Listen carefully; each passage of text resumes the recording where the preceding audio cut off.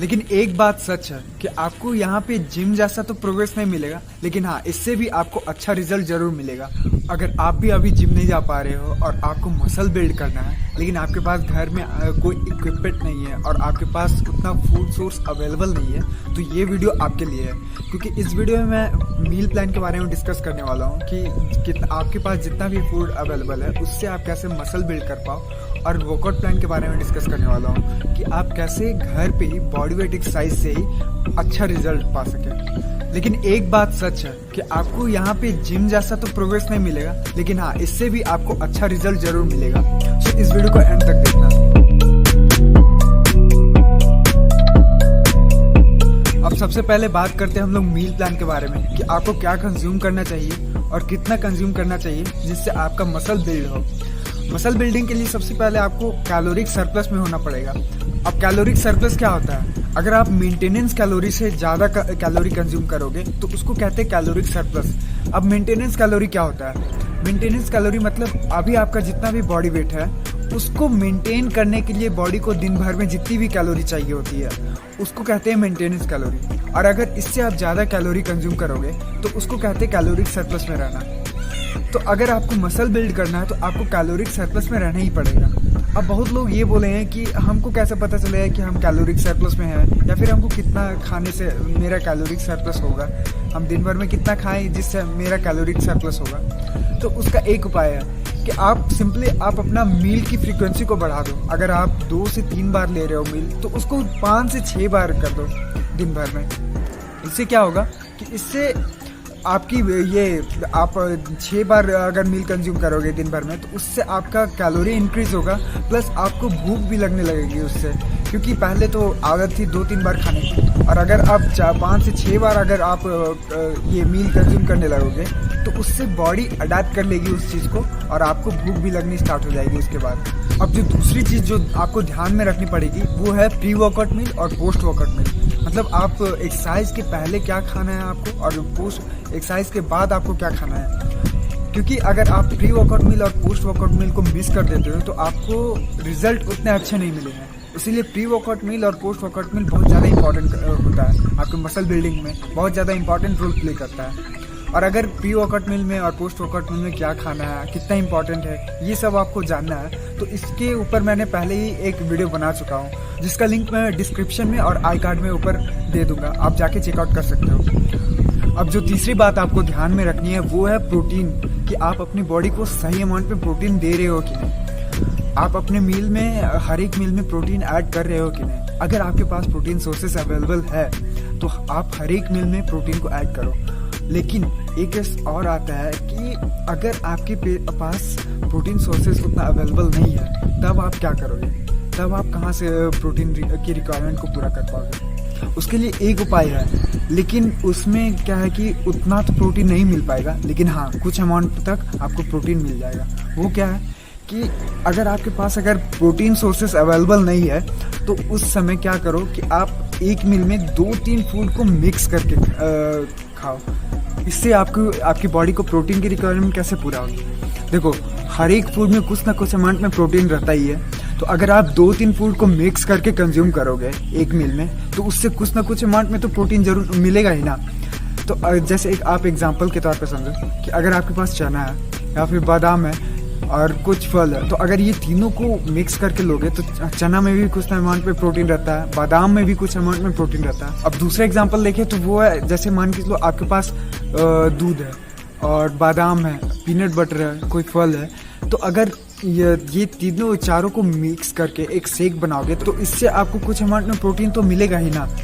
तो ये उस समय के लिए जब आपके पास उतना सफिशिएंट अमाउंट में प्रोटीन सोर्सेस अवेलेबल नहीं है, जैसे उतना एग्स अवेलेबल नहीं है, चिकन अवेलेबल नहीं है, तब ये ट्राई कर सकते हो आप। अब जो चौथी बात आपको ध्यान में रखनी है वो है कार्ब्स, कि आप इनफ कार्ब्स अपने मील में ले रहे हो। देखो, जिस तरह प्रोटीन मसल बिल्डिंग के लिए बहुत ज़्यादा इंपॉर्टेंट है, उसी तरह कार्ब्स का भी मसल बिल्डिंग में बहुत ज़्यादा इंपॉर्टेंट रोल होता है। क्योंकि कार्ब्स एक हाई कैलोरी फूड होता है जिससे आपकी बॉडी की कैलोरी की जो रिक्वायरमेंट होती है वो पूरी होती है। और दूसरी बात कि ये आपके मसल को भी प्रिजर्व करता है, क्योंकि मान के चलो जब आपकी बॉडी को एनर्जी की रिक्वायरमेंट होगी और अगर आपके बॉडी में इनफ ग्लूकोज अवेलेबल नहीं है एनर्जी प्रोवाइड करने के लिए, तो उस समय क्या होता है कि आपका मसल ब्रेक डाउन होने लगता है और उस समय प्रोटीन है सो ग्लूकोज में कन्वर्ट होने लगता है वो ये एनर्जी प्रोवाइड करने के लिए बॉडी को। तो इसीलिए अगर आपकी बॉडी में इनफ कार्ब्स अवेलेबल है ग्लूकोज के फॉर्म में, तो उस वो है सो मसल को ब्रेक डाउन होने से बचाएंगे। अब बहुत सारे ऐसे कार्ब्स रिच फूड है जो आप कंज्यूम कर सकते हो डेली बेसिस पे, जैसे राइस हो गया, रोटी हो गया, पास्ता ले सकते हो आप, ओट्स ले सकते हो, फिर ब्राउन ब्रेड ले सकते हो, कुछ फ्रूट्स है ये सब ले सकते हो। तो इससे आपकी कार्ब्स की जो रिक्वायरमेंट है बॉडी में वो पूरा हो सकता है। अब बात करते हैं वर्कआउट प्लान के बारे में कि आपको कौन सा एक्सरसाइज करना चाहिए जिससे आपको रिजल्ट मिलेंगे। अब आप लोगों में से हैं जिनको वही सिंपल सा पुशअप्स, स्क्वाट हो गया, जंपिंग जैक्स हो गया, ये सब बोरिंग लगने लगा है और इससे आप लोगों को रिजल्ट नहीं मिल पा रहे हैं, तो आप टेंशन मत लो। इस वीडियो में मैं कुछ ऐसे चेंजेस के बारे में बताऊंगा जिसको आप अगर एक्सरसाइज पे अप्लाई करोगे तो उसको करने में आपको मज़ा भी आएगा और उससे रिजल्ट भी मिलेगा। अब वो कौन सी चेंजेस है जो आप एक्सरसाइज पे करेंगे, तो पहला है पॉज रेपिटेशन। आप इसको एक एग्जांपल से समझो।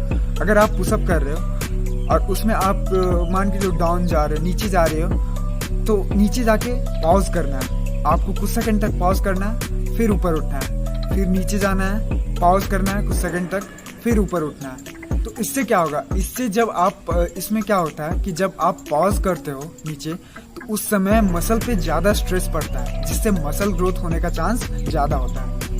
अब सेकेंड है कि आप सुपर सेट टेक्निक ट्राई कर सकते हो। इसमें क्या होता है कि आप एक एक्सरसाइज, दो एक्सरसाइज को बैक टू बैक ट्रेन करते हो। जैसे अगर आप एक एक्सरसाइज कर रहे हो तो ये एक्सरसाइज खत्म हुआ तो उसके बाद तुरंत दूसरा एक्सरसाइज स्टार्ट कर देना है। फिर जब ये एक्सरसाइज खत्म होगा फिर उस समय उसके बाद कुछ सेकंड का रेस्ट लेना है, फिर से स्टार्ट कर देना है। तो इसको कहते हैं सुपर सेट ट्रेनिंग। इसको भी आप अगर अप्लाई करोगे अपने एक्सरसाइज में तो इससे भी आपको ग्रोथ दिखने को मिलेगी।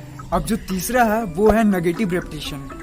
आप इसको एक एग्जांपल से समझो। जैसे अगर आप स्क्वाट कर रहे हो तो स्क्वाट में जब डाउन जाते हो तो उस समय आप फास्टली डाउन जाते हो, लेकिन इसमें नेगेटिव रेपिटेशन में क्या करना है कि आपको जब धीरे नीचे बैठते हो तो उस समय धीरे धीरे धीरे धीरे बैठना है, नीचे स्पीड में नहीं जाना है। तो उससे क्या होगा, इसमें भी आपके मसल पे उस समय स्ट्रेस बहुत ज़्यादा पड़ेगा जिससे मसल ग्रोथ होने का चांस ज़्यादा होता है। अगर अपने एक्सरसाइज में इंटेंसिटी कैसे लाएं इसके बारे में और ज़्यादा जानना है तो इसके ऊपर मैंने पहले ही एक वीडियो बना चुका हूँ, आप उसको जाके देख सकते हो। उसमें मैंने बताया कि आप अपने एक्सरसाइज में, बॉडी वेट एक्सरसाइज में कैसे इंटेंसिटी को बढ़ा सकते हो जिससे मसल ग्रोथ होने का चांस बढ़ जाता है।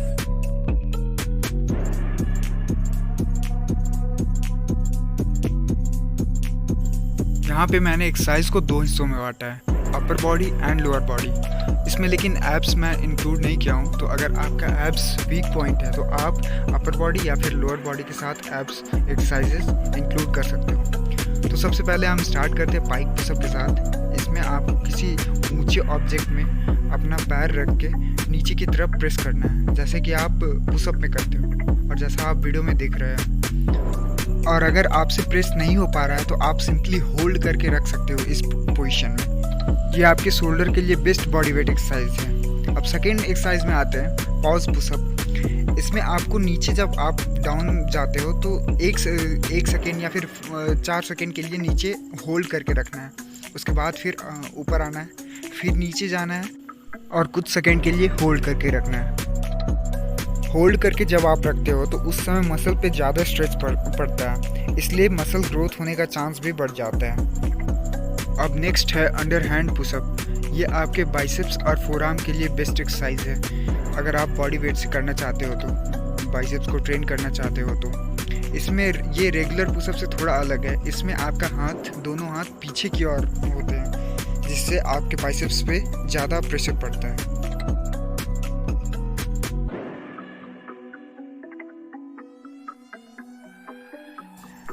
अब नेक्स्ट एक्सरसाइज है डायमंड पुशअप। ये आपके ट्राइसेप्स के लिए बेस्ट एक्सरसाइज है।